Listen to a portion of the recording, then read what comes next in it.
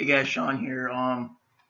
I just got done watching the 2006 movie Superman Returns, directed by Bryan Singer. 'Cause I've only seen it once in my life, and I was pretty shitty on it, and I've been pretty shitty on it. So I figured, you know what, why not give it a shot? Like, give it another shot and see if my feelings are still the same, or if they've softened a bit. And well, my feelings are really much the same. It's boring. But let's get into the traditional mumbo jumbo that comes with my reviews. Let's see.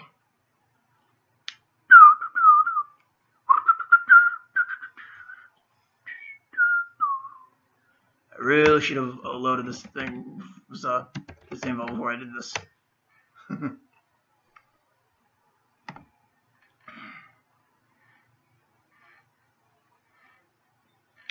Okay.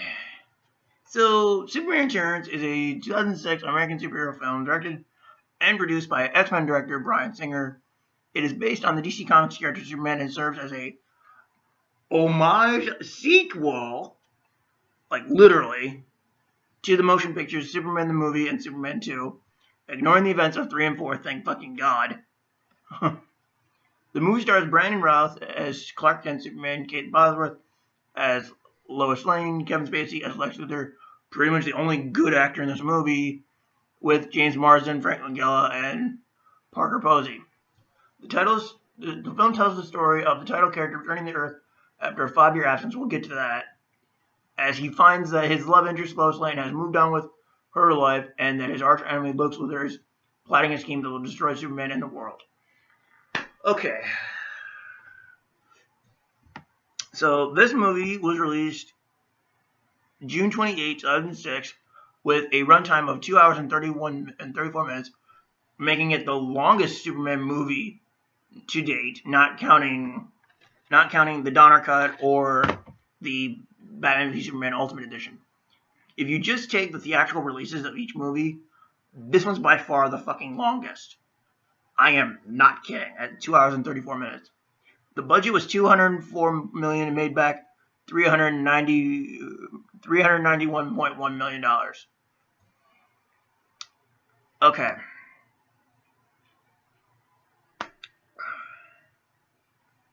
I'm just going to get into this. I did not like this movie at all. I thought it was completely boring from start to finish. If this movie's supposed to be in line with the first 2 movies, it fails. Literally fails. Because, okay, the first 2 movies were originally supposed to be part 1 and 2. Part 1, part 2 thing. So, taking that for a minute. They are set roughly 1978. Because Lex Luthor in the first movie basically sort of gets us up to speed on Clark's life. He was born in 48, was in a rocket for 3 years, putting that up to 1951 when he landed on Earth. And then he spent another 15 years being raised by the Kents, which puts us to 1966, I'm assuming. And then he was studying with Jor-El for 12 years, which brings us to 1978. So it was about 1978 that the first 2 movies roughly took place in. This movie was supposed to take place 5 years later, which means it's supposed to be set in 1983. It's not. Because on a newspaper it clearly says September 2006.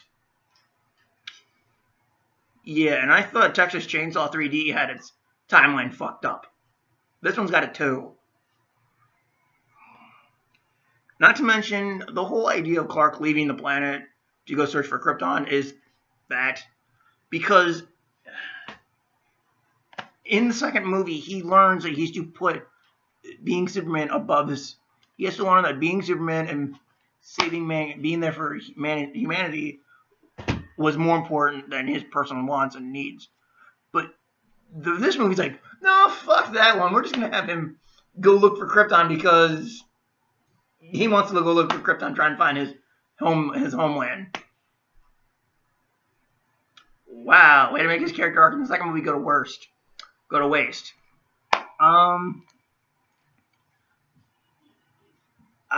Okay. The way that the Daily Planet look and the Fortress of Krypton look, I thought they looked very bad because I mean, yeah, they had to somewhat modern. They had to update the material for a modern audience. I understand that, but okay. People give Brett Ratner shit for Last Stand, but if you actually watch his movie Red Dragon, which I think is very good, he actually gets Lecter's cell note by note down to the smallest detail. So, hate Brett Ratner all you guys want for Last Stand. He got Lecter's cell and Red Dragon done, recreated perfectly down to the smallest detail. Bryan Singer couldn't even do that for this. Wow, Singer. When I want to give Brett Ratner more credit than you're seriously fucked up, dude. When I want to give Brett Ratner of all people more credit than you, that's fucked up. We get throwaway references to the first two movies, like when Lex is in the fortress, we hear someone say, "You act like you've been here before." Well, duh.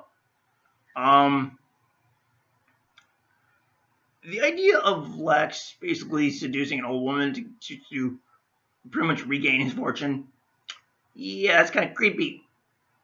And not a good creepy. That's bad creepy. The main problem with this movie, though, is it has a massive identity crisis.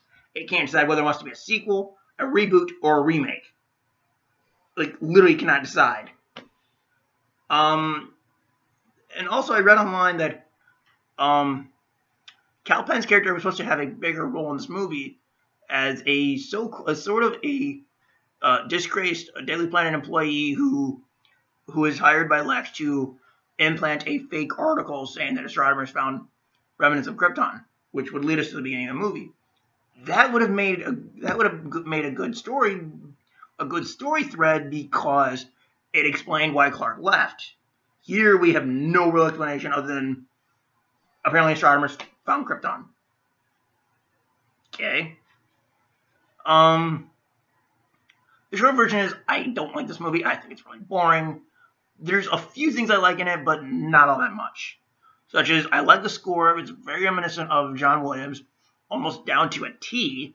The fact that this movie ignores 3 and 4, which is a great plus. It's a great fucking plus. And the fact that that Kevin Spacey does a great job of playing Lex Luthor. Other than that, this movie's completely boring. It contradicts the last two movies wholesale, and it's just, if this were a reboot, I'd be probably more lenient on it. But it's not a reboot. It's trying to be a sequel to the first two movies, mainly the Lester version. And speaking of, okay, they want to say that Clark and Lois had a kid in this movie. Okay, fair enough. I could buy that up till the point of, oh no, wait, I can't buy that. I'm sorry, I can't. Because, say this movie, okay, for all intents and purposes, this movie is supposed to be a continuation of the Lester version because the Donner version was being worked on at the same time.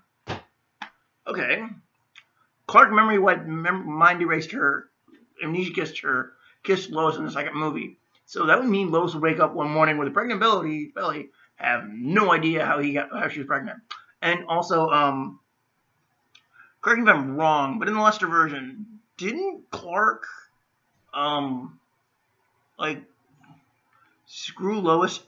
fuck Lois after he got his powers taken away? So if that's the case, then there's no reason the child should have Kryptonian powers.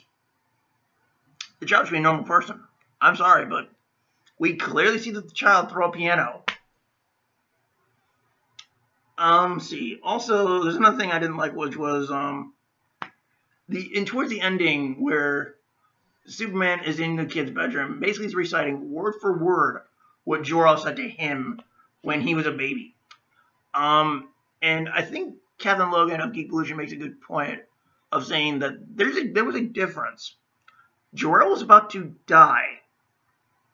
Superman will always be around, is not going to die. So having Superman re-say the same thing that his father said to him was pointless. I did like that they brought Jor-El back, even though it was sort of archival footage and audio, but it is what it is. So that's another good thing this movie did. It got the Donner Cut made. Because when Warner Brothers went to the Brando estate to get his footage, Michael Thaw also went there to get the Brando footage because he said if they couldn't get Brando's footage, they're not doing the Donner cut. So thank you, Superman Returns, you did that part for me. But yeah, this movie is just all kinds of boring. I did not like Brandon Routh in this movie. I'm sorry. I think Brandon Routh's a bad Superman. I like him better on Arrow when he's not trying to do a Christopher Reeve impression. I'm sorry, dude. You can't pull off Christopher Reeve. I give you props for trying, but you stink. I didn't really care for Kate Bosworth in this movie. I thought she was incredibly boring. All the cast I thought was boring except for Kevin Spacey. Kevin Spacey is the only one that I thought was actually having a good time outside of trying to seduce an old lady out of her money. Other than that, this movie's boring. I thank God we got Man of Steel 7 years later. Because we actually got a good Superman movie, regardless of what people want to say. And yeah, and also I have another problem with this movie. To the people who wrote this movie, let's see who you are. Let's see. Michael Dougherty and Dan Harris. You guys are aware that Superman's weakened near Kryptonite, right? So when he's flying over the Kryptonite continent, he should plummet to the ground because it's Kryptonite. But yet, no, he doesn't. He just steps on the continent, like normal. And then once he gets his ass handed to him, yeah, very poor Superman getting your ass handed to you. And he looks through the ground and sees Kryptonite. That's when the effects start taking hold. It's like, no, they should automatically take hold when he's in the area and should plummet to the ground. But no, he's perfectly fine until he sees the Kryptonite. Also, he's able to lift the entire continent made of Kryptonite while having Kryptonite jabbed into his side. Yeah, I feel like it's called bullshit. Because in this movie, Lex Luthor, played brilliantly by Gene Hackman, put a Kryptonite necklace over Superman's neck, and that weakened him severely. But yet, a Kryptonite continent does nothing. Bryan Singer, dear sir, you have clipped the suspension cord of disbelief. Actually, you clipped 2 suspension cords of disbelief, but that's enough. And also the scene where Superman is dead is like, we know he's going to pull through it. His name's in the title. They're not going to let him die. And I know he died in Batman v Superman, but shut it up. Shut up. But yeah, it's like, okay, we know he's going to live. Can we get through this? Etc., etc., etc. Blah, blah, blah. Oh, wait, he's alive? Oh, I knew that was going to happen. But it's like completely boring. And also, Parker Posey's character, Lex, you went through this with Mess Tessmacher. She basically double-crossed you by helping Superman. Why are you making the same dumb mistakes, dude? Because that's what Parker Posey is. She's basically this movie's Mess Tessmacher. Pretty much. The short version of this movie is boring. I don't like this movie. And that's one of the reasons I'm putting off this review. Because I don't like this movie. I think it's incredibly boring. And I'm not the only person who said this movie's boring.